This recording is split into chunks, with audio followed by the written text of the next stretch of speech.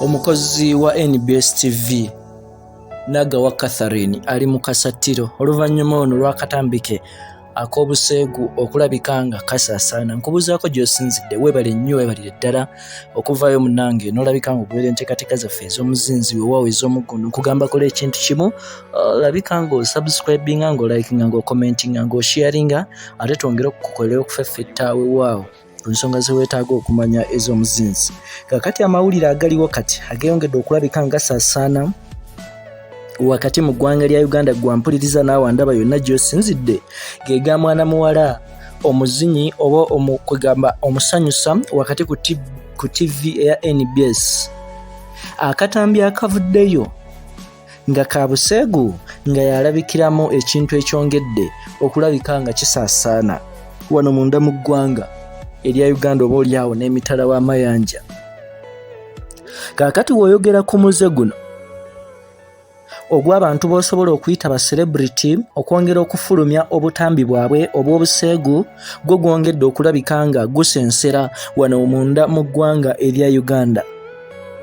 N'olwekyo singa omuntu avaayo ng'awulira ayagala oba oliawo agende viral oba ayongere okumanyika ewala, emu ku strategy evaayo n'ekozesebwa bassebo ne bannyabo yeyo okulabika nga omuntu avaayo n'alabika nga afulumya akamu ku butambi bwe obw'obuseegu, kino nno nekimwongera ettutumu n'okulabika nga amanyibwa. Baana ba mama, baana ba taata, w'ovaayo n'oyongera okulaba ekigenda mu maaso wakati munda mu ggwanga erya Uganda, of course wakati mu mitimbagano emikutu emigattabantu oba asobola ogiyita egya social media, munnange osobola okuvaayo n'osangula ne ku maziga, kubanga abantu ebintu bye bagenda mu maaso okulabika nga beekola bisobolera ddala okukuleetera ennyiike gwampuliriza naawe andaba. Newankubadde akatambi kano akongedde okulabika nga kasaasaana, kalaga bulungi feesi ya mwana muwala ono Nagawa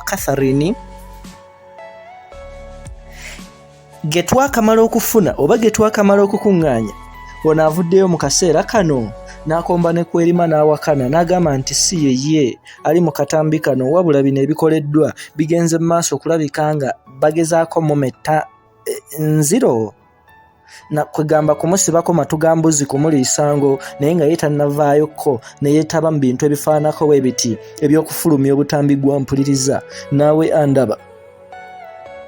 Of course tukyakola ekisoboka kyonna okufuna mwana muwala ono mu kaseera kano atali mwangu okutuukikako, ayongere okukola okutangaaza, naye nga ge tuyinawo kati avuddeyo ye n'ategeeza nga bw'atali yeye. Naye ate bassebo ne bannyabo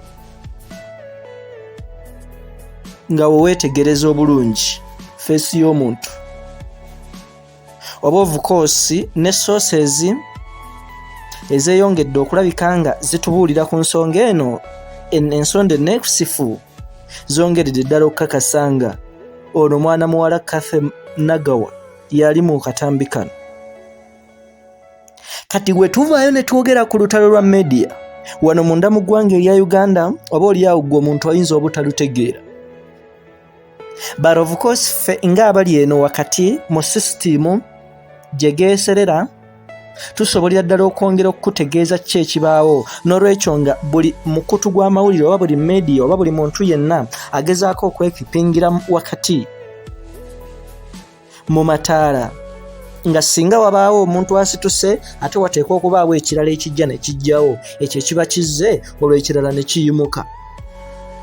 Nsobola okukujjukizaako wakati nga mwana mulenzi Kabuura Andrew owa NTV, ensonga ze zibadde zikyayongera okuwera ennemba wano ne wali, yabadde ali ku mimwa gy'abantu, yabadde ali ku mimwa gy'abo abagenda okugoberera emikutu gino emigattabantu.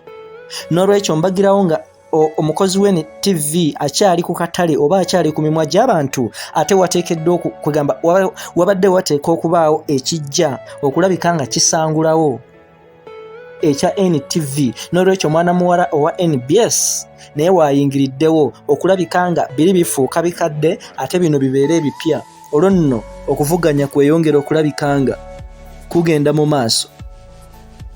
Of course go ovayo n'olaba ebintu ebifaanako bwe biti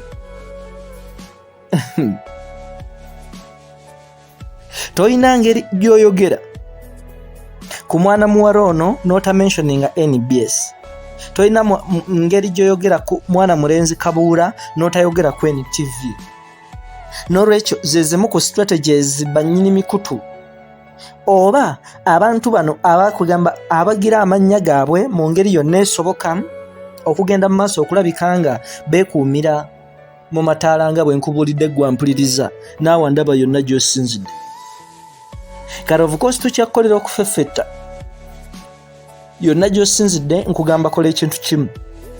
Labika ng'osubscribinga, ng'osharinga, ng'okomentinga. Ffe twongere okukolera okufeffetta okutuufu. Kyavudde ku ki, ani yakireese, ani kwegambe ensonga zaatambudde zitya. Yonna gy'osinzidde okutugoberera Kampala Media TV. Yenze Ssemaganda Moses Hope akutuusaako ensonga ez'omuzinzi bwe weetaaga okumanya.